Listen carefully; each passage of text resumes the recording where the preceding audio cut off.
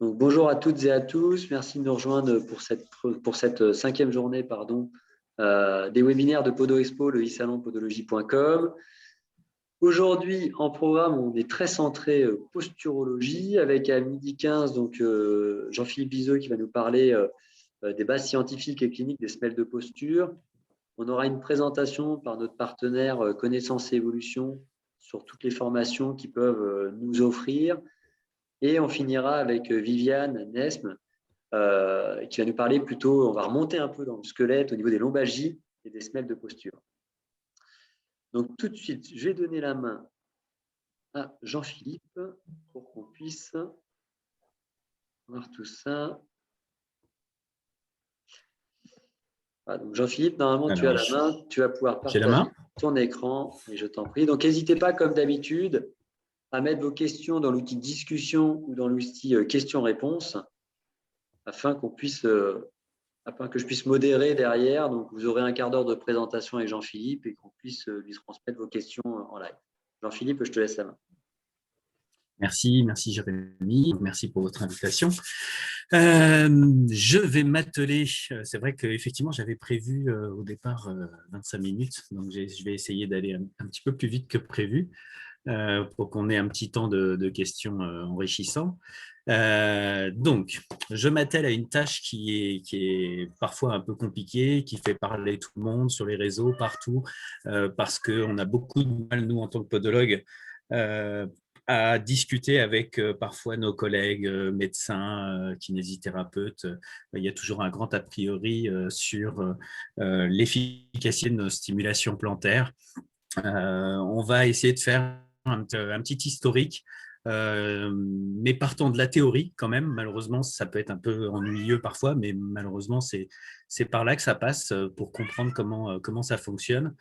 Et puis ensuite, on va regarder, mais c'est une liste bien sûr non exhaustive de ce que ce sont ces semelles de posture. Hein. Ce sont des orthèses plantaires avec des stimulations qui agissent dans un paradigme bien défini, qui est celui du contrôle postural, mais vous allez voir que ce n'est pas aussi cadré que ça, que bien entendu, quand on parle de contrôle postural, on parle aussi de tout ce qui suit derrière, du mouvement et de la dynamique dans sa globalité. Alors moi, je suis podologue, effectivement, et j'ai voulu essayer de comprendre justement comment fonctionne l'humain dans ce contrôle postural. Et puis, j'ai eu la chance de pouvoir rentrer dans cette université à Paris-Saclay suite à mes études chez Connaissance et Évolution en posturologie par des contacts de scientifiques qui venaient à nos congrès tous les ans parler de leurs découvertes à nous autres cliniciens. Et puis, du coup, je me suis dit, moi aussi, je vais essayer de l'autre côté du miroir et je vais faire ce master en sciences. Et puis maintenant, donc, je suis en train de terminer ma thèse cette année, je l'espère, parce que le Covid complique un peu tout ça, mais j'espère soutenir là en fin d'année. Voilà pour la présentation. Est-ce que je n'arrive pas à animer?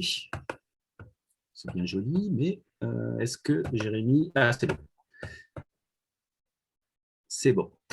Alors, le contrôle moteur, le contrôle moteur, c'est quelque chose dont on parle pour l'humain parce que ça comprend plein de domaines différents, la physiologie, neurologique, musculaire. Ça comprend bien sûr toutes les sciences cognitives, c'est ce petit cerveau que vous avez au milieu, comment on prend les informations, comment on les traite. D'ailleurs, l'humain, à ma grande surprise quand je suis rentré en master et qu'on m'a appris le contrôle moteur, eh bien, on se rend compte finalement que tout ne passe pas par le cerveau, qu'il y a beaucoup de choses que l'on apprend à faire automatiquement pour pouvoir ensuite, c'est la photo de droite, développer des choses de plus en plus complexes. Et effectivement, ce contrôle moteur, le contrôle postural fait partie de ce contrôle moteur. Le fait de tenir debout, c'est un pré-programme qui fait partie de ce contrôle moteur, et le fait de s'équilibrer, c'est quelque chose que l'on doit acquérir durant toute notre vie et qui est malheureusement mise à mal durant toute notre vie également par la suite. Alors, On ne peut pas parler de posture. Moi, j'aime beaucoup cette diapositive et que je remets très, très souvent aux élèves et que l'on m'a resservi d'ailleurs quand j'ai fait le master en sciences du sport. Et d'ailleurs, j'ai la chance d'avoir Christine Assaillante, le professeur Assaillante, dans mon comité de suivi de thèse et qui s'intéresse justement particulièrement à l'effet aussi des informations plantaires dans la construction de notre schéma corporel. Et on voit qu'effectivement, cette posture, elle se complexifie, elle se développe dès la naissance par des stratégies, on va dire, articulées. L'enfant va chercher un maximum d'informations sensorielles, dont le pied, bien entendu, dont la somesthésie, dont la sensibilité se développe très très tôt déjà intra-utérin, au même titre que le vestibule, d'ailleurs, au niveau temporel. Et effectivement, on se rend compte qu'après, progressivement, on va avoir des stratégies qui deviennent plutôt ascendantes jusqu'à l'âge de 6-7 ans, plutôt en bloc, jusqu'à ce que la fonction visio-vestibulaire se stabilise, que cette plateforme inertielle soit vraiment quelque chose de stable, de mature. Et à ce moment-là, effectivement, nous, en tant que cliniciens, on va commencer à aller chercher des choses plus compliquées, cette façon de se tenir sur une jambe en équilibrant le bassin correctement. Et on retourne à des choses articulées. Et ensuite, de plus en plus, ce que l'on va essayer d'acquérir jusqu'à l'âge adulte, c'est cette maturation de ce schéma corporel, et on va devenir expert dans nos mouvements. On va commencer à développer des stratégies non seulement articulées, mais sélectives, entendre par là des choses spécifiques à ce que l'on veut faire. Et nous, par exemple, en sciences du sport, eh bien, effectivement, on étudie sur des plateaux des déséquilibres avec des orientations posturales particulières, où on se rend compte dans mes études que les cavaliers ont une expertise dans un plan plutôt sagittal, que des footballeurs ont des expertises plutôt dans un plan frontal, que des judokas, selon leur technique préférentielle, et ça c'est quand même assez joli, s'ils ont des techniques plutôt dans le plan frontal, et bien déjà debout, ils sont capables de vraiment avoir une posture dont les oscillations dans ce plan-là sont très minimes. Et donc, on se rend compte que dès ce contrôle postural initial, il y a déjà une signature de l'expertise et de ce qu'est capable de faire un individu. Donc, nous, en tant que cliniciens, on doit être capable de détecter ses capacités, ses compétences tout au long de la vie. Alors, je parlais du congrès d'ailleurs l'année prochaine. Je vous invite à noter le dernier week-end 29 et 30 janvier 2022, puisque l'on va organiser donc le congrès. J'espère qu'on sera sorti de cette crise sanitaire. Et il y aura justement des gens de notre laboratoire qui vont venir parler du réflexe de la marche, de l'installation du réflexe de la marche, par l'installation de ces différentes synergies musculaires. Mais il y aura bien sûr d'autres intervenants tels que Marco Chepati, qui est un grand scientifique du contrôle postural, qui a d'ailleurs été l'un des rares, à ma connaissance, à s'intéresser au rôle des muscles intrinsèques du pied. Mais il y aura le professeur Paillard, qui est un spécialiste de la posture et du sport, dont on va reparler après. J'en passe, des spécialistes de la douleur, dont Frédéric Viseux, dont je vous parlerai tout de suite après également pour ses expériences.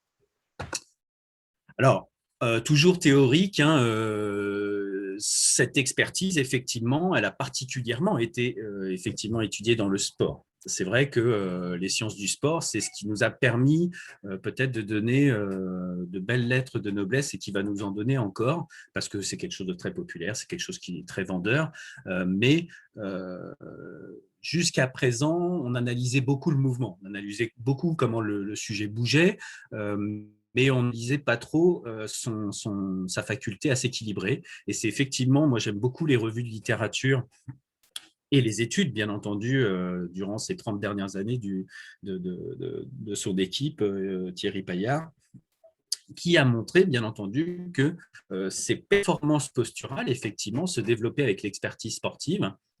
Alors, c'est toujours très difficile. On a fait beaucoup de comparaisons. Moi-même, dans mes études en thèse, on a fait beaucoup de comparaisons entre des novices et des experts à différents stades, entre des experts et des non-sportifs.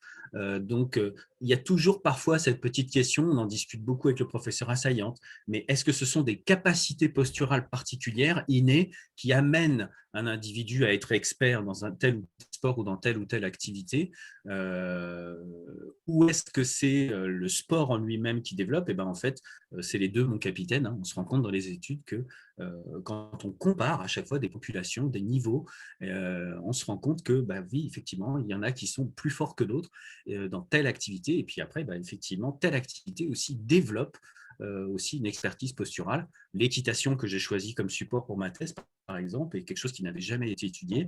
Et en fait, notre premier rôle, ça a été de démontrer que les cavaliers sportifs de haut niveau sont des spécialistes de l'équilibre au même titre que des footballeurs ou des judokas, etc. Un petit peu plus dur, il faut comprendre, ça c'est pour commencer à essayer de vous expliquer quel va être le rôle finalement de nos stimulations plantaires. Et pour ça, il faut comprendre justement comment l'individu fonctionne. Le contrôle moteur dans son ensemble, c'est quelque chose qui est très prédictif. On a donc la faculté, lorsque l'on grandit, de faire des émulations et par des systèmes d'échecs, erreurs, on va construire notre façon de bouger, mais d'abord notre façon de tenir. Et même dans notre façon de tenir, eh bien, on va toujours être dans la prédiction de ce que l'on veut faire. Donc, c'est ce qu'on appelle cette émulation. On va faire une copie avec une décharge corollaire dans notre cerveau, effectivement, au départ, hein, mais après, on va apprendre à faire sans. Et puis ensuite, effectivement, ça va donner une comparaison et notre système sensoriel, dans sa globalité, va aller chercher des informations seulement pour se rendre compte est-ce que ce que j'ai fait correspond effectivement à ce que j'ai prédit. Et nos stimulations plantaires, eh ben, il faut essayer de comprendre que nous, ce que l'on va essayer de faire avec nos stimulations plantaires, c'est de moduler ce feedback sensoriel réel et de montrer à notre contrôle moteur central que peut-être, effectivement, ce que nous avons fait ne correspondait pas à ce que nous avions prédit. Parce qu'il y a on le voit, plein d'instabilités et certainement plein de troubles musculo-squelettiques qui sont dus à ces erreurs, à ces biais, dont on va parler après au travers des études. Et nos stimulations plantaires doivent s'inscrire déjà au niveau postural dans ce petit programme initial. Pourquoi? Parce que notre professeur, qui a été fondateur d'ailleurs justement du labo, hein, cofondateur, est quelqu'un qui ne faisait pas cette dichotomie entre la biomécanique et la posture. Pour lui, la posture et le mouvement s'inscrivent dans une même programmation sensorimotrice, celle de la tâche à réaliser. Ce que l'entraînement, l'expertise, même non sportive, hein, l'expertise de n'importe qui, de tenir debout et de bouger ou de courir, permet d'acquérir. Ce que cet entraînement permet d'acquérir, c'est l'équilibre qui va être associé à ce mouvement. Et il a particulièrement étudié, mon directeur en thèse, Eric, est un élève hein, de Simon, qui nous a quittés il y a peu malheureusement, Simon, hein, pas mon directeur heureusement, mais Simon malheureusement quand même. Qu'est-ce qu'il a étudié? Il est parti de ses connaissances d'autres scientifiques qui étudiaient à la fois l'analyse du mouvement, mais aussi la physiologie par des EMG et puis par l'étude des oscillations posturales. Il a démontré que les petits ajustements posturaux étaient des ajustements posturaux anticipateurs au mouvement et que nous avions tous une capacité à nous opposer à toutes les contraintes perturbatrices de l'équilibre postural. Qu'est-ce que c'est que ces contraintes perturbatrices? Eh bien, c'est le fait de marcher, c'est le fait de courir. Pour lui, Simon, et pour beaucoup de scientifiques, le fait de bouger est une perturbation de la posture. Et de être capable, tout notre rôle en tant qu'humain est d'être capable de contrer et de contrôler tout cela. Et les APA, les ajustements posturaux anticipateurs, sont un indice, en fait, de cette capacité à pouvoir bouger derrière de façon efficace. Et quand elle se dégrade, cette capacité, eh bien, effectivement, ça peut s'analyser déjà au niveau du contrôle postural. Pourquoi? Parce que au niveau mathématique, nous sommes capables, à partir de cette analyse posturale en laboratoire, mais également, je pense de plus en plus aujourd'hui au niveau clinique, à prédire quelle va être la performance du sujet. C'est ça qui est très important à dire à nos confrères et nos consoeurs avec qui nous travaillons, pour ne plus qu'il y ait cette dichotomie. Nous sommes capables de savoir quelle va être la longueur du pas, quelle va être la vitesse du pas, et même, comme vous le voyez ici en bas à droite, à être capable de savoir au niveau physiologique, musculaire, quelle va être la force maximale qui va être employée. Ça a beaucoup d'intérêt. Avant moi, avec mon directeur, un kinésithérapeute qui a beaucoup étudié les syndromes de chute chez la personne âgée, par exemple. Moi, je l'étudie chez les sportifs, mais les possibilités sont bien entendu énormes. J'ai un ami, Pierre-Olivier Morin, qui est enseignant également avec moi chez Connaissance Évolution, qui a fait le master en même temps que moi et qui a par exemple étudié l'effet des barres antérieures avec sa consoeur Marie-Emmanuelle Rouchon sur ses appâts et sur la capacité de produire ensuite un mouvement. Et donc, ces barres antérieures qu'il a étudiées de 1, de 3 mm permettaient effectivement d'améliorer ces ajustements posturaux anticipateurs. Alors, ça va avoir une importance, ça c'est des toutes dernières diapos également, justement sur l'épidémiologie, sur des choses que l'on peut amener. Aujourd'hui, par exemple, je prends cette étude sur la prédiction de blessures, et on sait à quel point on peut être mauvais parfois en prédiction de blessures. Le ligament croisé antérieur, qui est une véritable épée de Damoclès aujourd'hui, on sait qu'au niveau de notre analyse posturale, on peut, simplement par de la stabilométrie, être capable de prédire cela. Alors là, vous voyez, c'est une étude effectivement prospective très, très bien faite méthodologiquement, mais on va aujourd'hui sur des études qui sont faites sur les systèmes sensoriels. On sait que le ligament croisé, par exemple, mais les instabilités chroniques de cheville et d'autres troubles musculo-squelettiques parfois très récidivants, chroniques, donc je pourrais en donner plein. On sait que ça se passe aussi au niveau des systèmes sensoriels et de ce poids que l'on donne à nos systèmes. Et justement, les informations plantaires, on se rend compte que dans ces troubles, eh bien, elles sont un peu oubliées aux dépens des informations visuelles, la plupart du temps, parce que le corps guérit très bien, il a fait une lésion, mais c'est peut-être que derrière, le cerveau s'est dit maintenant, je ne vais plus faire confiance à ce qui se passe dans mon corps. Mais ça va plus loin, c'est qu'on se rend compte même que ce sont ceux qui ont déjà une mauvaise balance sensorielle, qui vont trop chercher des informations visuelles, on en a besoin bien sûr, mais si on va trop en chercher, ce sont eux également qui se blessent. Et puis, celle qui nous unit un peu tous en tant que podologues, c'est ce manque de consensus au niveau de la pronation, quelque chose qu'on étudie beaucoup en formation initiale. Et j'amène toujours aux étudiants cette étude cinématique sur la pronation, où on a testé énormément de stimulation, et puis on se rend compte qu'effectivement, il n'y a pas d'effet significatif linéaire. C'est-à-dire qu'on ne peut pas, en augmentant nos stimulations plantaires, avoir une réponse qui sera toujours la même en fonction des individus. Donc on sait, et il le dit très bien, il faut qu'on s'attache à cette théorie de régulation sensorimotrice, et regarder le contrôle postural, c'est regarder justement comment fonctionnent les systèmes entre eux. On sait que 3 mm chez un individu n'aura pas la même valeur, ne produira pas la même chose que chez un autre. Donc, au niveau de nos stimulations, on devait être capable de savoir quelle est la moyenne, et puis ensuite de pouvoir individualiser notre travail en fonction de chaque patient.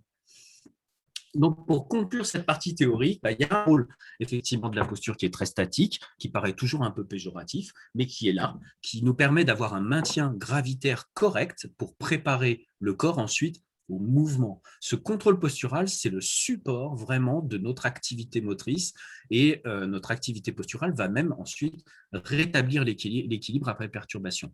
Dans nos stimulations posturales, eh bien, il faut aussi qu'on réfléchisse dans ce sens, en se disant, j'ai des stimulations qui doivent me permettre d'avoir un meilleur maintien gravitaire, des stimulations qui vont permettre d'avoir une meilleure stabilité monopodale, justement, et puis des stimulations qui vont permettre de régler un petit peu cette orientation. Si nous avons des sujets qui effectivement sont trop antériorisés, trop latéralisés, nous avons aussi des stimulations qui doivent nous permettre de recentrer le sujet et puis ensuite d'individualiser par rapport à ce dont il a besoin. Bien entendu, si, par exemple, comme pour moi, dans son expertise sportive, il a besoin d'être très bon dans tel ou tel d'action. Alors, la littérature, on va y aller, effectivement, on va y aller dans le côté appliqué. Qu'est-ce que sont ces semelles de posture? Encore une fois, je ne veux pas de dichotomie, il n'y a pas de semelle biomécanique d'un côté et de semelle de posture de l'autre. Nous, on choisit cette dénomination pour vous montrer effectivement que nos stimulations doivent agir sur ce contrôle postural. En premier lieu, de façon primordiale, si nous voulons ensuite que leur action au niveau du mouvement soit efficace.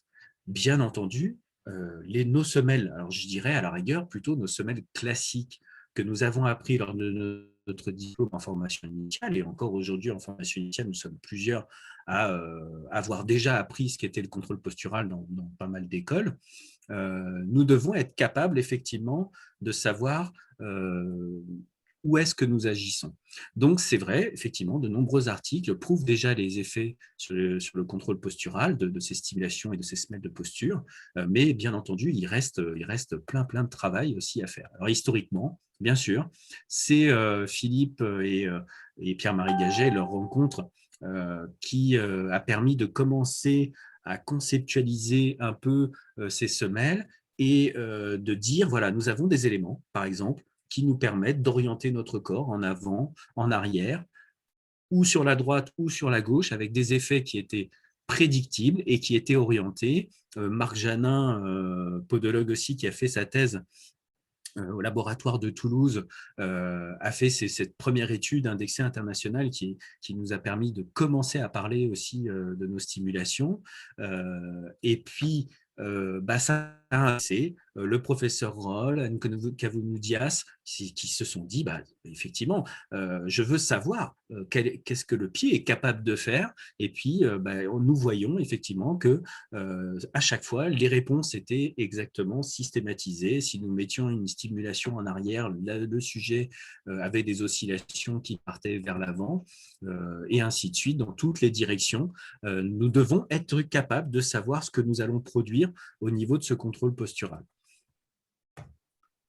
Les effets, Marc Janin, dont on parlait, effectivement, a montré, par exemple, que sur l'analyse cinétique rachidienne, nous pouvions avoir une action et que, effectivement, il fallait faire attention parfois à ne pas avoir cette vision très linéaire, plus j'en mets, plus j'aurai d'action. Non, effectivement, on peut avoir une action avec en plus un certain seuil, comme vous voyez ici, d'efficacité, et donc faire attention parfois à savoir s'arrêter au bon moment au niveau de nos stimulations, au niveau de nos reliefs, pour être sûr que ce soit d'abord une information que le sujet est capable d'intégrer dans son système, et ne pas être plutôt dans une stimulation qui va, au contraire, bloquer le système. Alors, Arnaud Foisy a prolongé aussi durant sa thèse le travail que nous avions appris par Philippe Villeneuve et Pierre-Marie Gaget, puis ensuite par Marc Janin lors de sa thèse. Il a prolongé ce travail en essayant de travailler justement sur cet axe visuopodal. Alors, première chose, c'est qu'il a vu, effectivement, il est parti de notre expertise clinique, de notre empirisme, ça n'a rien de péjoratif, nous nous rendions compte qu'il y avait des sujets qui effectivement étaient mieux sur de la mousse et qui présentaient souvent des zones nociceptives, et que cette interposition de mousse pouvait améliorer la stabilité qui était des sujets qui étaient porteurs des douleurs. Et donc demain, comme disait Jérémy, je vous invite vraiment à suivre l'intervention du professeur Calvino, parce que il nous a encore beaucoup appris sur la compréhension de la nociception, l'importance de notre peau en particulier, et donc de nos stimulations plantaires dans cette action, dans la systématisation, justement, dans la chronicisation des douleurs. Donc cette étude montrait qu'effectivement, nous avions de réelles différences entre ces sujets qui étaient porteurs ou non d'une inefficacité à traiter l'information plantaire. Alors, ces stimulations plantaires, elles ont des effets sur la surface d'oscillation, sur la variance de la vitesse, les petits coups d'accélérateur que l'on met pour essayer de se stabiliser. Et effectivement, selon l'état du sujet, du patient, nous devons être conscients que nos stimulations, si nous essayons de réorienter le sujet, nous pouvons être bloqués par cet état de fait. Donc, effectivement, nous pouvons le faire, mais à moins de prendre en compte la douleur parfois du patient ou du sujet, même s'il ne se plaint pas de douleur, nous devons être capables de le détecter par nos outils, bien sûr, stabilométriques, instrumentaux ou cliniques, bien entendu, puisque nos intégrations, l'intégration de nos semelles, de nos stimulations plantaires dépend de cet état. Ce qui était très intéressant dans ces études, c'est qu'effectivement, il a été le premier, en revanche, à démontrer avec Zoe Capula et l'équipe du CNRS à Paris-Descartes que ces stimulations plantaires avaient en revanche un effet bénéfique sur l'oculomotricité, puisque, en particulier sur ces mouvements de saccades qui interviennent dans toute l'oculomotricité globale, quelle que soit l'action, et effectivement avec une action prédominante des éléments médio-internes au niveau de l'isthme latéral du pied. Mais il a été encore plus loin, et moi j'aime vraiment beaucoup parce que ça revient à ce que je vous disais avec Paillard, cette dernière étude qu'il a sur la verticale visuelle subjective, des gens qui présentaient des asymétries posturales étaient ceux qui effectivement en plus faisaient des erreurs dans une situation donc, sans information visuelle, avec un laser projeté, ils faisaient des erreurs pour remettre le laser à zéro et donc pour sentir correctement la gravité, la verticale gravitaire. Et en mettant ces stimulations plantaires de façon unilatérale sur le pied, eh bien, l'intégration et le sujet étaient capables de percevoir à nouveau son corps correctement par rapport à la verticale gravitaire. Donc ça, c'est quand même une étude qui est très très forte et dont nous devons nous servir pour expliquer aux gens avec qui nous travaillons, mais surtout à nos patients, comment nous allons agir, comment nous allons essayer de les ramener sur le bon chemin. Alors après, Frédéric Vizot, durant sa thèse, suite à un stage avec le professeur Léa Ben sur la microstimulation, la microneurographie du pied, s'est rendu compte qu'effectivement, ne serait-ce que par des stimulations sous-pulpaires, il pouvait avoir une action sur des handballeuses du niveau élite, donc sur différents paramètres du contrôle postural sur la plateforme, mais également, on le disait tout à l'heure, sur des patients chroniques avec des douleurs chroniques comme les patientes fibromyalgiques où ils travaillent, puisqu'ils travaillent en consultation douleurs chroniques à l'hôpital de Valenciennes. Et effectivement, sur, encore une fois, différents paramètres de la stabilité. Il avait d'ailleurs au préalable comparé différentes épaisseurs, parce que beaucoup de gens, mais pourquoi vous nous avez mis cette frontière, etc. C'est nous, en science, on a toujours un effet loupe, et puis on compare, on fait du 3, du 6, etc. Et puis, au préalable, il s'était rendu compte que la meilleure action était à 0,8, comme Marc Janin s'est rendu compte que la meilleure action était à 3 mm, et qu'au-dessus, on pouvait avoir des soucis, comme Arnaud Foisy, si vous en parlez avec lui, se rend compte aussi que ce 3 mm est vraiment une frontière et qu'il voyait vraiment sa population se comporter différemment avant-après. Cette valeur seuil. Donc, c'est une valeur seuil qui est déterminée de façon tout à fait expérimentale et habituelle et que nous commençons à renforcer de plus en plus. Alors, vous le verrez après, on a d'ailleurs dernièrement avec les étudiants réessayer ce genre de choses sur différents cas. Vous allez voir ça après. Alors, j'aime beaucoup aussi le travail de Stéphane Vermand à l'Université de Reims, qui a soutenu sa thèse l'année dernière, si je ne dis pas bêtise, qui, lui, pareil, est parti vraiment de ce postulat de clinicien sur les coureurs et mais qui s'est intéressé au contrôle postural et qui mesurait quel était l'effet de ces stimulations plantaires, vu que, comme tout chercheur, on regarde ce qui se passe dans la littérature au préalable, on voit qu'effectivement, ce relief a d'être celui qui a l'air d'avoir une action, et donc il va l'essayer sur une autre population, et il va voir que non seulement, effectivement, il arrive à diminuer au fur et à mesure de leur course les pressions plantaires antérieures, la position moyenne du centre des pressions en stabilométrie, mais également au niveau de son contrôle postural, il voit que effectivement les positions moyennes des articulations, genoux, hanches, etc., sont meilleures. Donc ces BRC ont vraiment un effet et ce sont des stimulations biomécaniques qui influencent la posture jusqu'à la tête. Alors, je vous parlais, effectivement, pour finir, de ces. Alors, ce sont vraiment des expérimentations que nous faisons avec nos élèves en 3e et 4e année de posturopodie. Là, en revanche, c'était des enseignants de chez nous qui étaient même inscrits en master en biomécanique à Valenciennes et qui ont testé, encore une fois, vous voyez, différentes auteurs de stimulation, ce qu'on appelle des bandes internes, pour des sujets qui étaient porteurs ou non selon la naviculaire drop test de pied plat ou non.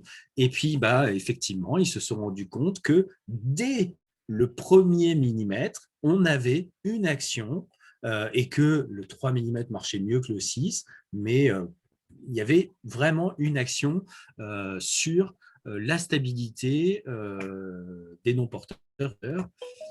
Mais avec les étudiants, par exemple, on a pu s'amuser avec eux pour un peu les initier à la science, à la recherche.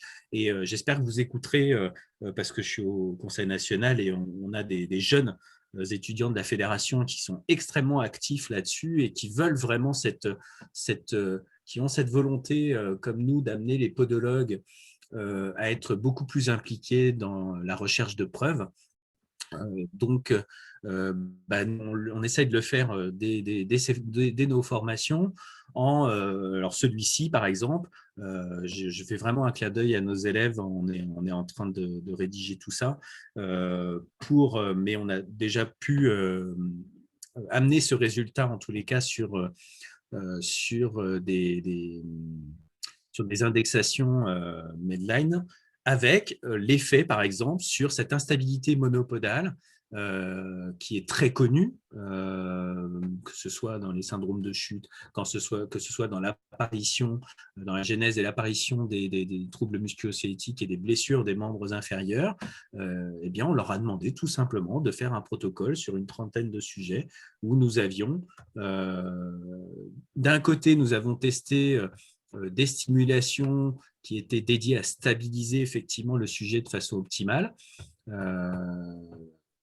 en stabilométrie. On a vérifié cela en stabilométrie.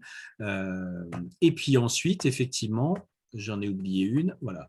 On a fait cette première étude, c'était d'abord objectiver que notre test clinique sur la stabilité monopodale se voyait aussi sur une plateforme tout à fait objective.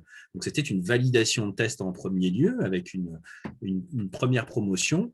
Et suivant le même protocole, l'autre promotion a pu montrer l'effet de ces stimulations en particulier d'ailleurs chez les gens qui avaient des instabilités des deux côtés, d'ailleurs quelque chose que je retrouve beaucoup en équitation, par exemple, pour le petit clin d'œil, alors que dans les autres sports debout, on le retrouve plutôt que d'un côté.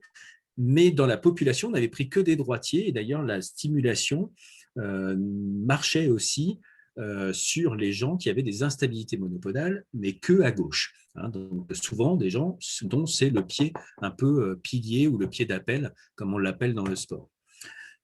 Alors pour conclure, j'espère que je n'ai pas été trop long et que je n'ai pas trop imputé pour mes collègues derrière, mais voilà, c'est la conclusion globale. Le plan thérapeutique, ça doit d'abord être effectivement, comme on le disait de façon théorique, savoir si on agit sur le maintien antigravitaire, parce que les nociceptions, les dysfonctions vont déjà agir là-dessus.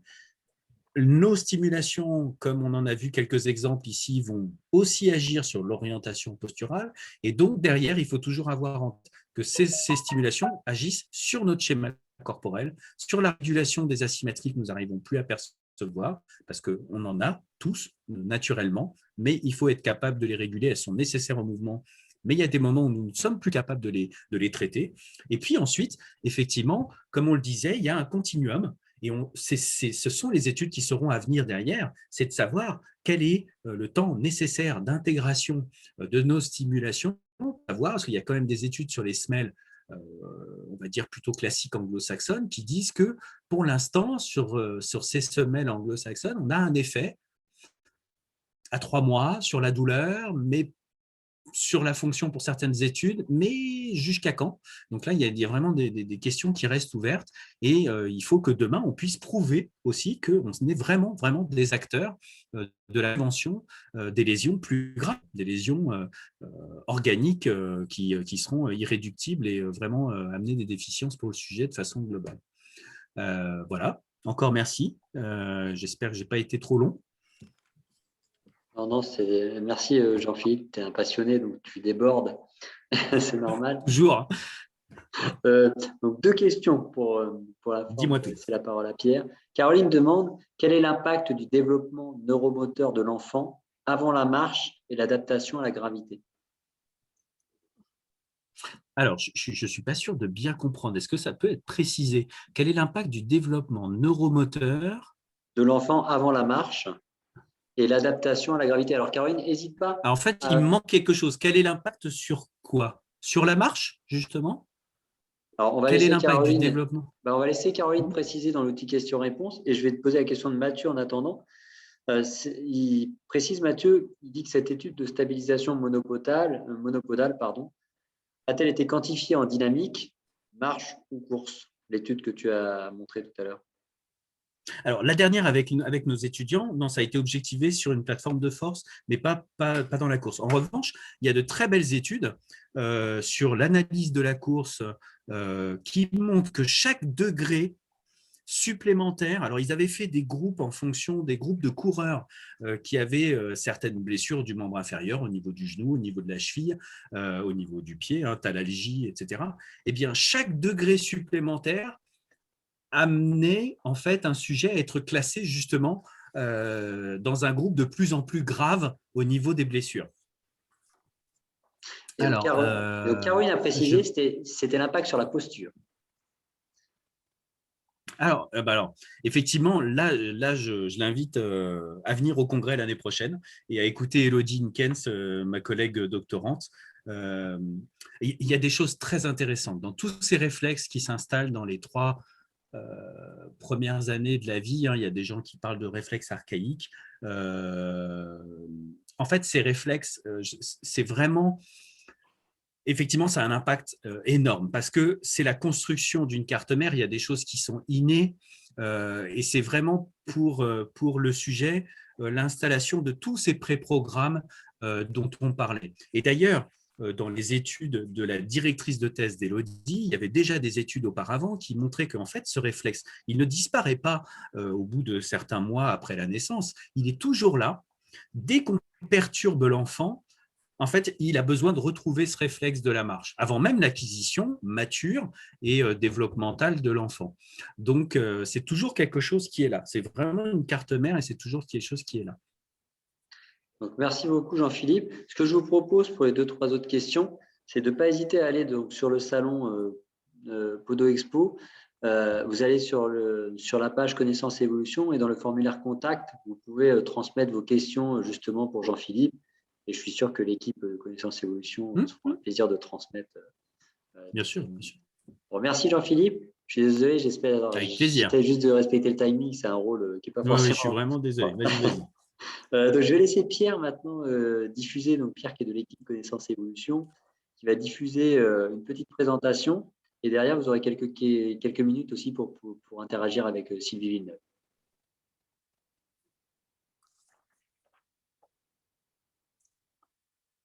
Jérémy, tu peux me laisser enlever mon blocage de vidéo, s'il te plaît? Excuse-moi, je rentre tout de suite. Merci. Hop, vas-y, tu peux y aller. Ok, c'est parti. Alors, déjà, je voulais dire merci à Diagnostic d'avoir organisé ce e-salon. Bonjour à tous, merci d'être là. Donc, en effet, je vous invite à visualiser cette vidéo qui va vous permettre de rencontrer des stagiaires, de visualiser nos démonstrations pratiques et de voir des vidéos pédagogiques qui font partie des supports dont bénéficient les stagiaires. Je vous retrouve après pour toutes vos questions, pour parler des nouvelles formations, entre autres un nouveau format de posturologie, posturopodie en hybride, des classes virtuelles et des jours en présentiel et une nouvelle formation de podopédiatrie. N'oubliez pas de vous rendre sur le stand pour avoir notre code promotionnel pendant ce e-salon et laissez vos coordonnées pour qu'on puisse répondre à vos demandes, à vos questions. Voilà, on peut lancer la vidéo.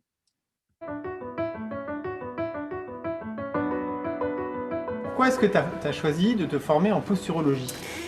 Parce que quand j'ai décidé d'être podologue, j'ai fait des stages chez des podologues qui faisaient de la posturologie. Et c'est un aspect qui m'a beaucoup plu. Et puis à l'école, on n'est pas énormément formé en posturologie. Et du coup, directement, pratiquement après mon diplôme, j'ai décidé de faire la formation de posturologie parce que j'aimerais évoluer dans ce domaine. Quand on sort de l'école, on a des bases, de bonnes bases, mais il manque encore énormément de choses. Donc si on creuse pas un peu à droite à gauche, on ne progresse pas, quoi. Au début ça va, mais en cabinet on a vite des questions qui se posent et si on ne cherche pas à y répondre, ça va manquer d'évolution dans la pratique, quoi. À la base, j'ai fait plein de petites formations en posturo à droite à gauche et on se rend compte qu'on a vraiment besoin d'avoir les vraies connaissances plutôt que des recettes. Et la référence, ça reste quand même la formation connaissance évolution. Derrière moi, il y a toute une équipe, toute l'Association française de posturologie qui est responsable du travail que je vais vous présenter. Nous constatons chez cette patiente une limitation de la flexion dorsale de cheville en charge grâce au Weight Bearing Lunge Test. Il est possible d'objectiver cette mesure grâce à une distance hallux-mur. Ici, une autre version du même test, mais qui se fait cette fois-ci genou tendu et qui permet donc d'inclure les gastrocnémiens. Donc, je vais vous présenter un cas d'une femme de 49 ans qui est venue me consulter en cabinet pour des thalalgies plantaires chroniques unilatérales à droite. Donc après l'anamnèse, on va commencer l'examen clinique postural. On a plusieurs tests cliniques d'analyse du tonus, le but étant de rechercher une asymétrie tonique et fonctionnelle. On va commencer par évaluer la capacité fonctionnelle de stabilité de cheville avec le test d'appui unipodal et on constate chez madame qu'il y a des difficultés à tenir sur son pied droit.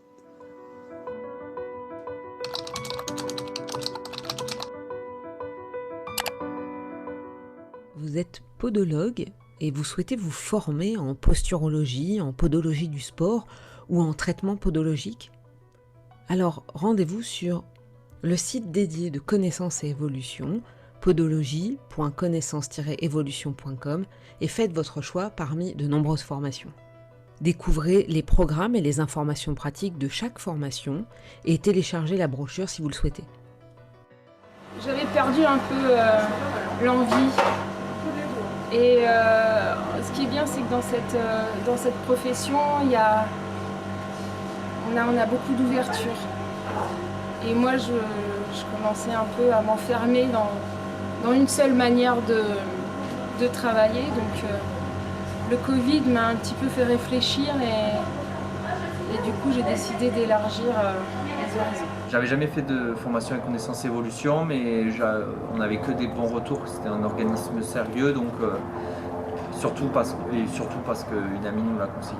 Elle nous a dit que c'était très complet, qu'elle l'avait beaucoup aimé. On cherchait une formation podo-sport, enfin un peu axée sport, et elle nous a conseillé celle-là. Donc après, on a un peu foncé. Au programme, on voit que c'était complet, quoi. On nous a vraiment conseillé cette formation de connaissance évolution. Avec des bons formateurs sur des bases qu'on avait déjà en posturologie et donc c'est un peu le bouche à oreille, toujours parler de connaissance évolution et on s'est dit qu'on risquait rien de partir avec eux et de partir dans ce grand cycle de formation sur l'année entière. Donc c'est pour ça qu'on est parti sur celle-ci. J'ai regardé le programme et je me suis dit les formateurs qui étaient présents semblaient tous être des pointures sport qu'ils allaient présenter. Et je voulais vraiment faire plus ça plutôt qu'un DU où on allait faire quasiment que de la théorie, quoi. Je recule légèrement le pied, je réaligne bien les orteils, j'enlève la matière au niveau des orteils et je refais le vide. Donc là, mon moulage est correct. Maintenant, je vais venir chauffer mon module. Vous allez voir, la matière, elle va changer de couleur, elle va changer un petit peu de texture. C'est le moment où vous allez pouvoir mouler. Que ce soit plot coulissant ou plot fixe. Vous avez ce que j'appelle la réalisation en 2 étapes, c'est-à-dire on va mettre une couche de résine, on va placer le tunnelier dans la résine, on va faire une pré-photopolymérisation et on va recouvrir le tunnelier d'un petit peu de résine. L'inscription se fait en ligne.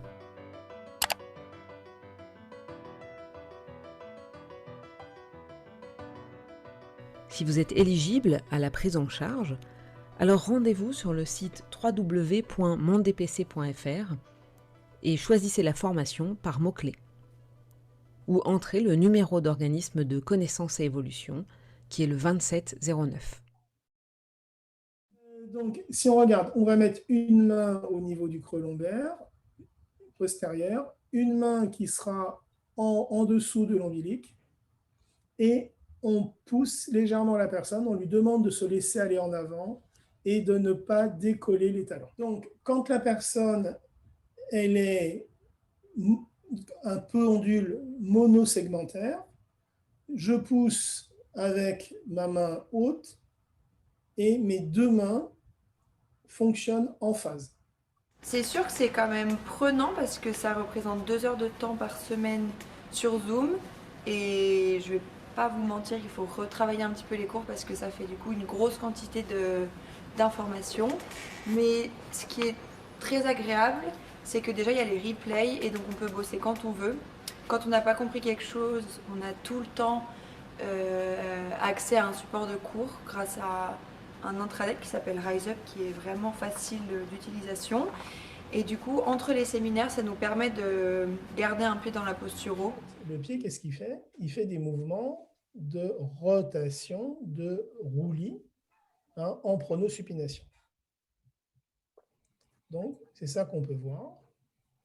Et c'est dans cette circonstance-là que les déplacements du pied vont donc mobiliser le centre des pressions de manière plus rapide et plus ample que le centre de gravité, ce qui va permettre de stabiliser le centre de gravité, mais surtout la tête. Le nombre de formateurs différents est vraiment très intéressant parce qu'on a du coup, même si chacun fait une part sur un sport différent, on a du coup des points de vue différents.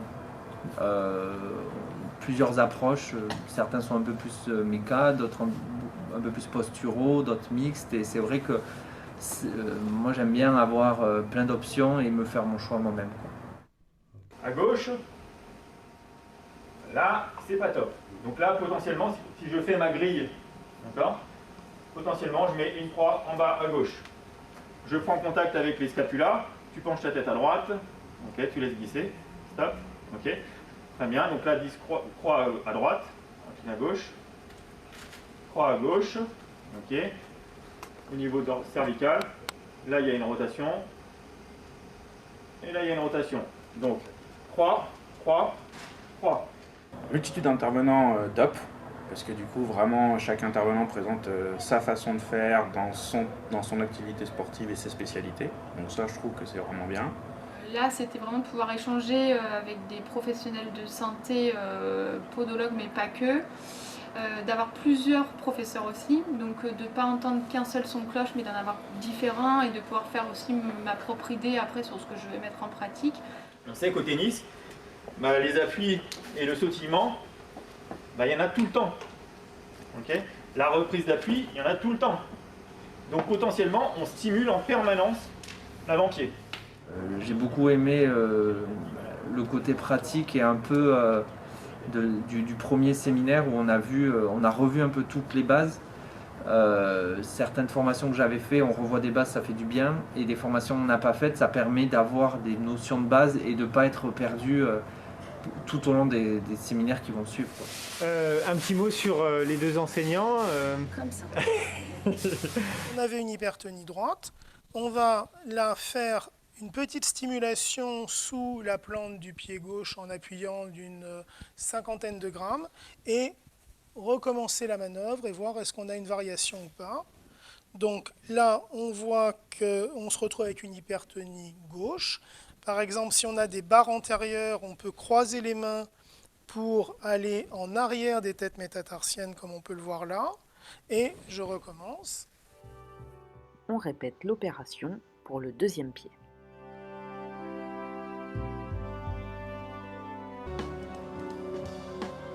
Lors de votre formation, Connaissance et Évolution met à votre disposition de nombreuses vidéos pédagogiques précises et détaillées qui vous permettront de revenir régulièrement sur les techniques que vous enseignent vos formateurs. Et alors, tu peux me dire ce que tu as appris éventuellement? Des techniques de réalisation de semelles. Ouais. Plusieurs manières de procéder pour faire une semelle moulée.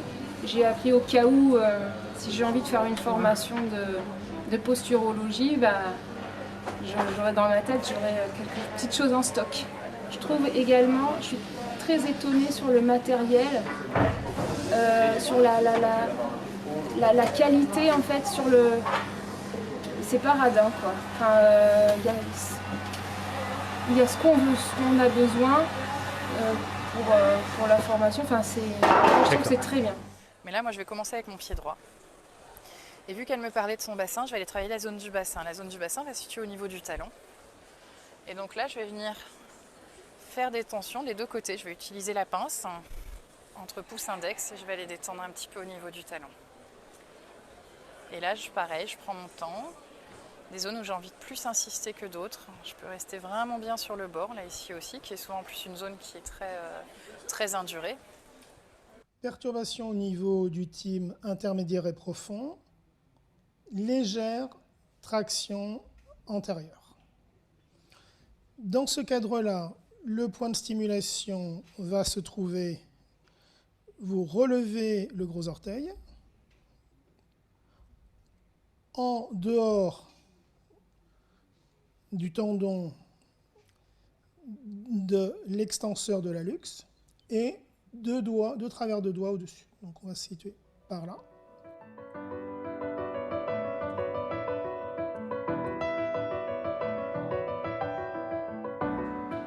C'est fidèle à ce qu'ils ont dit qu'ils allaient faire en fait.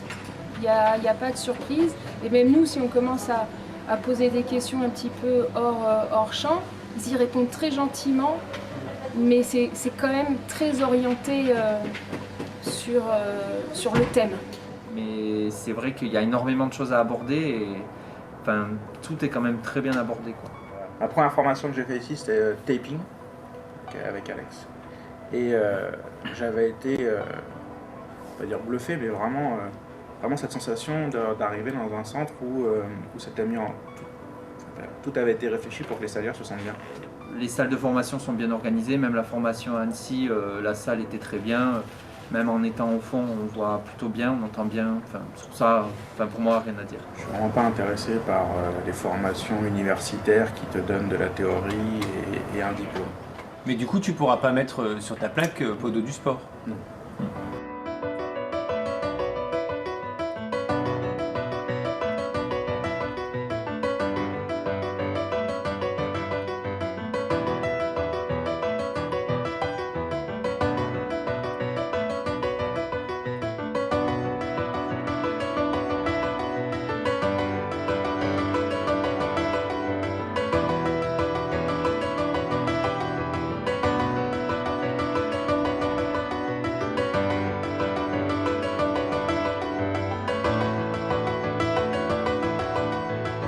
Merci. De rien. Voilà, donc merci à tous ceux qui ont participé à cette vidéo. C'est vrai que sur un stand, en présentiel, on échange beaucoup entre professionnels. C'était un petit peu le but de cette vidéo. Je suis à votre disposition si on a encore un peu de temps avant la conférence de Viviane pour quelques questions. Oui, non, n'hésitez pas à poser vos questions dans l'outil questions-réponses ou discussion. Attendre que ça vienne un petit peu. Et sinon, effectivement, vous pouvez tout retrouver sur la présentation des programmes de connaissances et évolution sur leur page. Sylvie, je te laisse faire quelques mots si tu le souhaites. Eh bien, écoutez, je ne fais que répéter ce que dit Diagnostic. Allez voir le stand virtuel, profitez du code promotionnel et au plaisir de vous retrouver en formation pour échanger, partager et améliorer en commun nos compétences. Merci. Merci Viviane, on t'écoute. Merci Sylvie. Alors.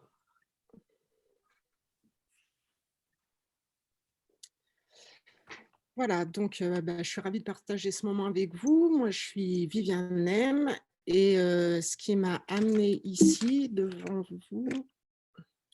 Ah, je n'arrive pas à changer de dia.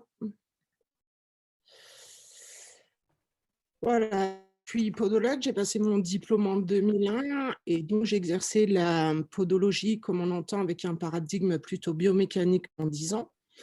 Puis en 2012, curiosité m'a poussée vers connaissance et donc là, j'ai découvert bien sûr la posturologie avec le système postural fin, mais aussi l'esprit critique de nos savoirs qui sont empiriques. Et ça m'a conduit à la faculté de médecine, à la faculté des Hauts-de-France pour réaliser mon master, mesure et modélisation du mouvement humain. Donc, un peu d'historique sur la posturologie, parce que ce n'est pas arrivé comme ça fait quand même longtemps qu'il y avait des observations sur les troubles posturaux, et puis c'est surtout Baron, qui était ophtalmologue, qui en fait a remarqué que les modifications proprioceptives oculaires entraînaient des adaptations posturales et locomotrices majeures. En fait, une petite lésion au niveau du muscle oculomoteur chez les poissons les faisait nager sur le dos.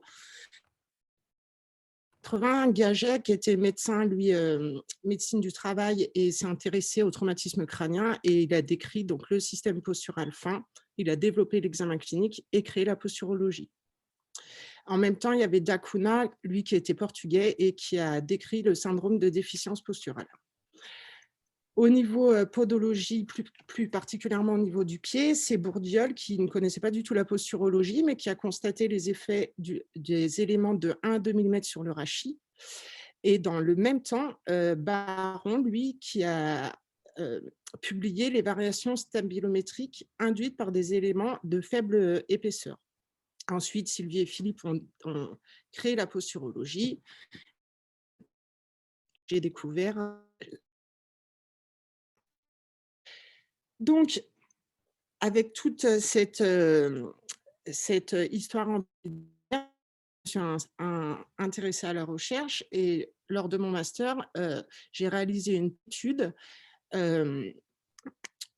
qui s'appelle l'étude randomisée en simple aveugle de l'impact du traitement de la remodélisation posturale chez les patients souffrant de lombalgie chronique. Donc, petite introduction sur ce qu'est la douleur. Ça a été quand même modifié dernièrement dans les textes. Donc, c'est une sensorielle et émotionnelle qui est liée ou pas à une lésion tissulaire. Donc, la douleur chronique,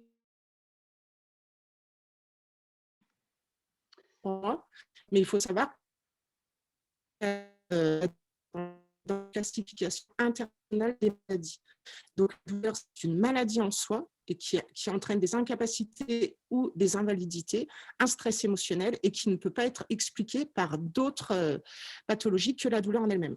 Viviane. Alors, la douleur au niveau des lombalgies, elle se... Viviane, je me permets de te couper juste une petite seconde. Et comme le son coupe un peu, parce que je pense que c'est la bande passante, est-ce que tu veux bien essayer de couper ta vidéo pour voir ce que ça donne? Pour voir si le son est mieux?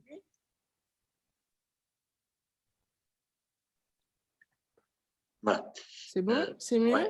Ouais, je te laisse couper la vidéo et très bien, comme ça, je te laisse continuer et je te dirai si le son est trop coupé. Excuse-moi. D'accord. Donc, la lombalgie, c'est une douleur localisée entre la charnière thoracolombaire et le pli fessier associé ou non à des radiculalgies. Et la lutte contre la douleur, maintenant, elle est inscrite dans la loi de santé publique. Alors, quelques chiffres, moi, qui m'ont quand même paru énormes.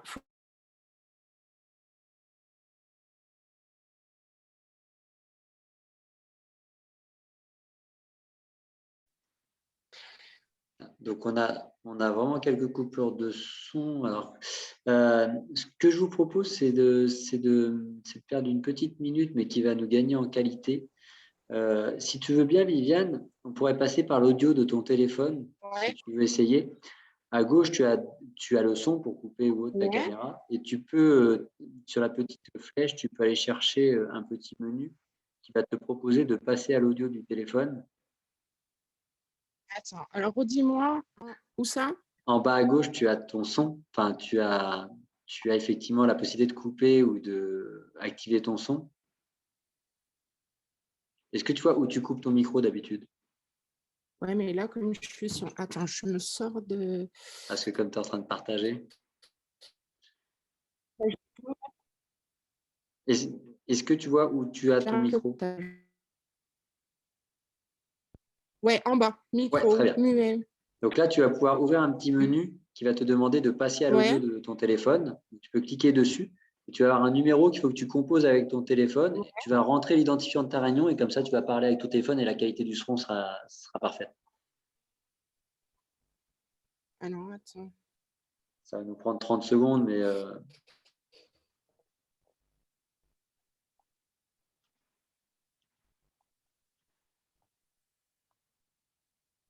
Donc, j'appelle le numéro. Ouais, le 01 70.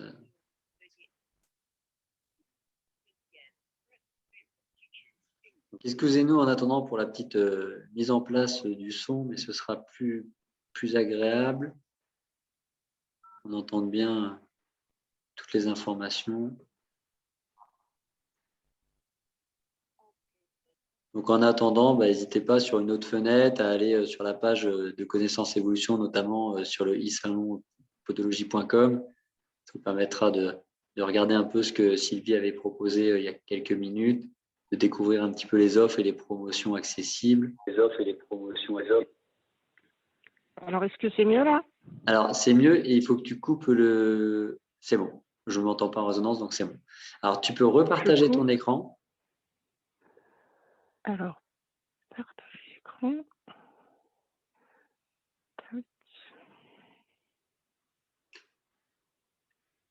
Parfait. Et je te laisse continuer. Je m'excuse pour l'interruption. Bah non, mais c'est pas grave. Donc oui, alors je reprenais donc sur les chiffres qui sont assez impressionnants. On a plus de 80% de la population qui a eu ou aura une lombalgie chronique. Et ça représente quand même 12,2 millions de journées de travail perdues, ce qui équivaut à 57 000 emplois à plein temps de perdus.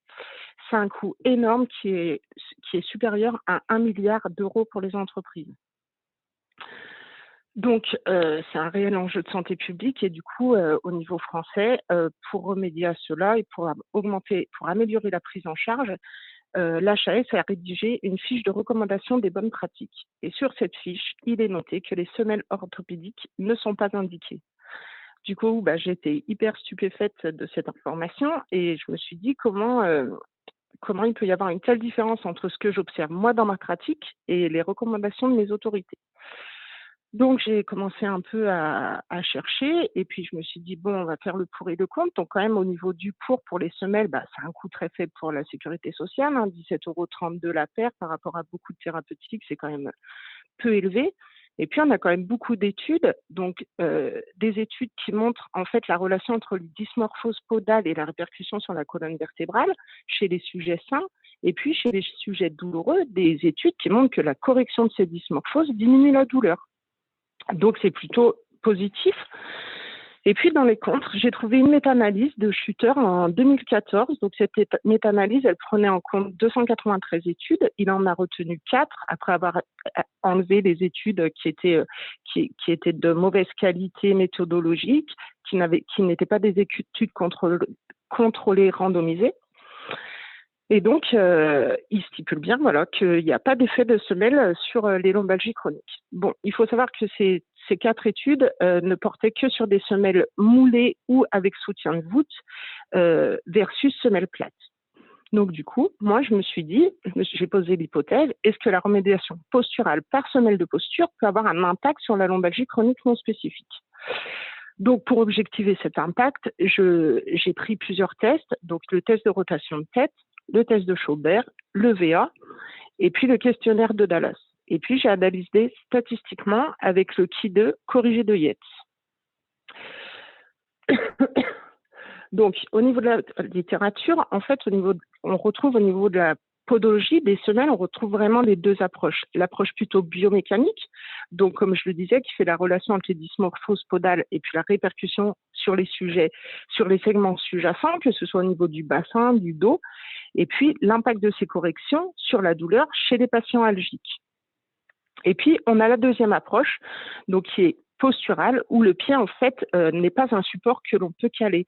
C'est vraiment une entrée du système postural fin qu'avait décrit Gaget, et par laquelle on va pouvoir moduler tout ce système postural et modifier la tonicité des muscles. Et puis, il y a le deuxième aspect de seuil dont vous parlait Jean-Philippe tout à l'heure, avec des sensibilités au niveau du pied qui font que vraiment c'est une entrée privilégiée et très importante dans la régulation posturale. Du coup, il fallait que je choisisse l'élément que j'allais tester parce que je voulais pas avoir plusieurs variables sur ma semelle. Donc, je suis repartie de la base. Donc, on sait que les études ont montré que les éléments de semelle de posture avaient une réaction prédictible et orientée. Et moi, dans mon constat clinique, au niveau de ma patientèle, mes patients lombalgiques sont en avant de la ligne de Barré. On sait que cette position antérieure augmente l'activité des muscles au niveau du rachis et que l'hyperactivité musculaire entraîne une fatigabilité qui peut être à l'origine de lombalgie. Du coup, j'ai décidé pour ce traitement, et ça c'était pour la localisation de mon traitement, et après pour la hauteur de mon traitement, il fallait pas que je dépasse les capteurs, donc il fallait que mes éléments soient plutôt fins, donc j'ai décidé de les faire de 2 mm. Donc j'ai choisi 2 BA qui ont en fait au niveau de la remédiation une action de postérioriser mon patient, et 2 mm pour ne pas dépasser le seuil d'efficacité. Et puis, j'ai appliqué ce traitement à tous mes patients pour limiter le nombre de variables indépendantes. Du coup, il fallait que je fasse des critères d'inclusion et d'exclusion pour mes patients. J'ai fait tout un premier recrutement auprès des médecins de mon entourage. J'ai dû envoyer 70 courriers et j'ai pas eu de retour. Donc, je me suis orientée sur le personnel soignant des 2 EHPAD à côté de mon cabinet. Donc, j'ai recruté 20 femmes dans un premier temps, puisque l'étude est en cours. Donc, les données que je vous présente, c'est sur les 20 premières candidates qui étaient âgées de 18 à 65 ans avec des lombalgies chroniques non spécifiques, avec ou sans radiculalgie, présentant pas d'atteinte organique chronique autre que l'arthrose et les discopathies. Donc, c'était 20 femmes de 21 à 60 ans, personnel soignant de l'EHPAD, et donc c'était une étude randomisée en double aveugle. Randomisée, c'est-à-dire que donc j'ai réparti aléatoirement par tirage au sort mes 2 groupes. Et puis, le premier groupe le groupe traité a reçu donc l'élément BA de 2 mm, et le deuxième groupe a reçu une semelle placebo avec un leurre visuel en regard de l'élément BA. Je les ai reçus à T0 et à T4, soit 4 semaines après, à la même heure de la journée pour en fait enlever le biais dû à la déshydratation du disque intervertébraux, et le même jour de la semaine, ça c'était par rapport aux activités extra-travail des patients. Et donc j'ai reçu ces patients. D'abord, ils remplissaient le VA et le questionnaire Dallas en début de séance en mon absence, et puis après je réalisais le test de Schaubert et la rotation de tête. Alors, les premiers résultats, donc, constatons-nous une différence d'amélioration de la rotation de tête entre le groupe de patients et le groupe traité? Donc oui, les premiers résultats montrent, et c'est significatif, que 50% des sujets traités ont amélioré leur rotation de tête contre 20% des sujets placebo. Y a-t-il une variation de la mesure du test de Schaubert entre le groupe témoin et le groupe traité? Donc là, c'est pas encore significatif, mais pour l'instant, les résultats sont très encourageants avec une amélioration de ce test chez les patients traités. Observe-t-on un impact de la BA sur le VA? Alors, il faut savoir que le VA, je l'ai fait dans 3 conditions. Je leur ai demandé la douleur au moment présent, la douleur habituelle depuis 8 jours et la douleur maximale sur les 8 dernières journées. Donc, dans les 3 conditions, il y avait une amélioration. Et sur les conditions douleur depuis 8 jours et douleur maximum dans les 8 derniers jours, cette amélioration est significative. Et enfin, le port de semelle modifie-t-il les réponses obtenues au questionnaire de Dallas? Donc, le questionnaire de Dallas, ça porte aussi sur 4 catégories. Il y a toute une partie sur l'activité quotidienne, toute une partie sur l'activité professionnelle loisir. Donc là, on a une amélioration significative. Et puis, la 3e et la 4e partie, rapport à l'anxiété, dépression et rapport à la sociabilité, où là, il y a une amélioration et les résultats sont encourageants. Donc, au niveau de la confrontation des acquis, qu'est-ce qu'on sait sur les semelles de posture? On l'a vu avec Jean-Philippe, il y a une augmentation de l'équilibre et du contrôle postural. Les semelles, elles modulent le système postural et il y a un effet significatif sur le rachis, que ce soit au niveau de la position et de la stabilité. Janin aussi nous montre qu'elle modifie le tonus et la position du rachis. Du coup, notre étude serait en accord avec la littérature et elle la compléterait en indiquant qu'il y a bien une diminution de la douleur et une augmentation de la mobilité du rachis. Alors, dans cette étude, le regard critique, alors c'était compliqué avec la pandémie, ça amène quand même une grosse charge émotionnelle au niveau de nos patients. Et puis, comme c'était quand même des patients qui étaient professionnels de santé dans des EHPAD, il y avait une importante fatigue. Je pense aussi que le port du masque module la posture et donc change un peu les données de cette étude. Ensuite, c'est une préétude, comme je l'ai dit. Donc, du coup, mon N est vraiment limite. J'ai que 10 sujets dans chaque catégorie. Donc, l'augmentation est en cours puisqu'on continue avec des collègues cette étude. J'aimerais après avoir un échantillonnage moins ciblé et plus représentatif de la population. Il faudrait augmenter la durée de l'étude. Alors ça, c'est un peu dans toutes les études. Le problème qu'on a, nous, c'est de laisser nos patients algiques avec des semelles non adaptées ou des semelles placebo. C'est quand même assez compliqué. Et puis, bien sûr, il faudrait associer la remédiation posturale au déparasitage parce que, comme l'a montré Janin et Foissy, les parasites podaux diminuent l'effet de la remédiation. En plus, si l'étude abordait ces deux volets qui sont la remédiation et le déparasitage, le traitement serait beaucoup plus représentatif des traitements qu'on réalise au cabinet. Alors, en conclusion, au début du siècle, on avait une vision purement biomécanique. Et puis, avec le développement des études des neurosciences et les avancées qu'ont pu nous apporter Gaget et d'autres, donc on sait que le pied maintenant est une entrée du système postural fin. Donc, l'étude nous montre que la remédiation posturale a une action significative sur la diminution de la lombalgie non spécifique. Et les deux visions de la podologie, du coup, ne sont pas du tout en opposition et le traitement gagnerait à associer la remédiation et le déparasitage des dysmorphoses podales parasitant le système postural. Car en gros, pour que l'information circule correctement, il faut que les voies soient dégagées.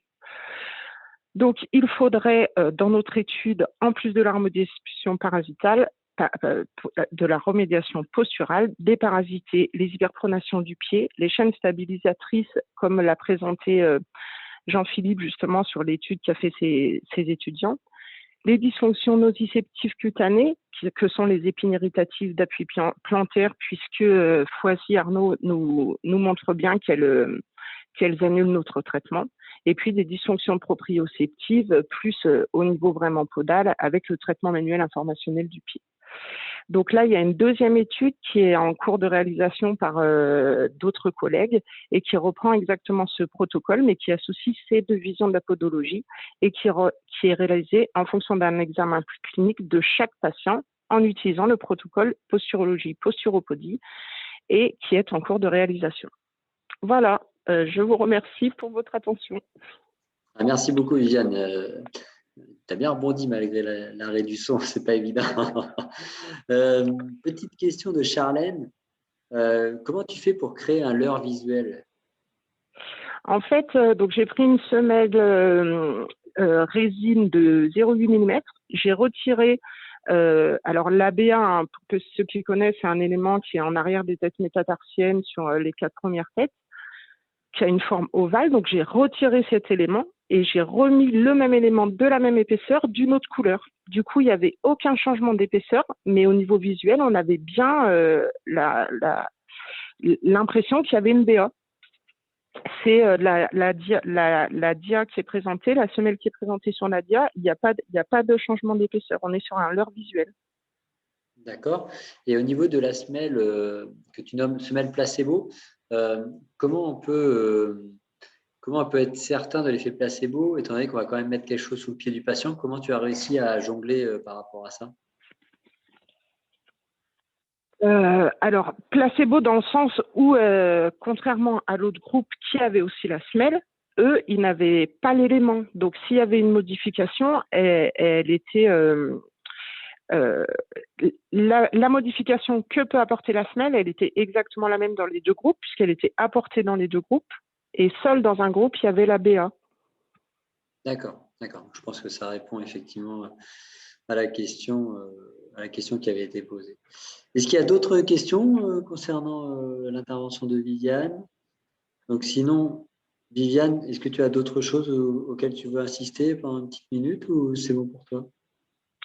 Ben non, sinon que c'est passionnant et que voilà, en allant chez Connaissance et Évolution, j'ai pu justement rencontrer Jean-Philippe que vous avez vu ce matin, Pierre-Olivier Morin et plein d'autres, et que c'est passionnant et que ça donne que envie de pousser et d'aller plus loin et de savoir pourquoi on fait les choses qui me manquaient certainement avant de faire ces formations et de rencontrer ces personnes-là. Oh, c'est une belle conclusion sur le côté passionné de notre profession. En tous les cas, merci beaucoup Viviane, merci Jean-Philippe de votre disponibilité et surtout de votre information d'aujourd'hui. Merci à toute l'équipe de Connaissance et Évolution pour la présentation et pour toujours être dans l'innovation, d'être moteur pour la profession. Ils ne sont pas qu'un organisme de formation, c'est vraiment des gens qui ont vraiment toujours envie de pousser la profession vers le haut et qui dès qu'on leur propose un projet innovant, même quand effectivement c'est des choses on n'a pas l'habitude ou autre, ils sont toujours au rendez-vous. Pour le coup, Sylvie, je vais te laisser conclure si tu veux bien. Eh bien, vivement qu'on se revoie en présentiel, mais continuons, si on n'a pas d'autres opportunités, continuons le virtuel pour communiquer ensemble, échanger sur des nouvelles recherches. Évidemment, je félicite Viviane, qui est devenue formatrice aussi à Connaissance et Évolution, et maintenant qui partage avec les stagiaires sur son engouement. On a fait plein de choses ensemble. On s'est déplacé dans des colloques internationaux pour présenter des posters. Et Viviane, on se donne un rendez-vous pour la fin d'études aussi de nouveau pour présenter un super poster. C'est vraiment une belle pré-étude. Merci Jérémy, merci à tous. Je vous souhaite une bonne fin de semaine et à bientôt. Merci à toutes et à tous. Et donc, il y aura les replays pour ceux qui n'ont pas pu être présents directement sur isalonpodologie.com, directement sur les pages webinaires. Et merci beaucoup. Au revoir, à bientôt. Au revoir.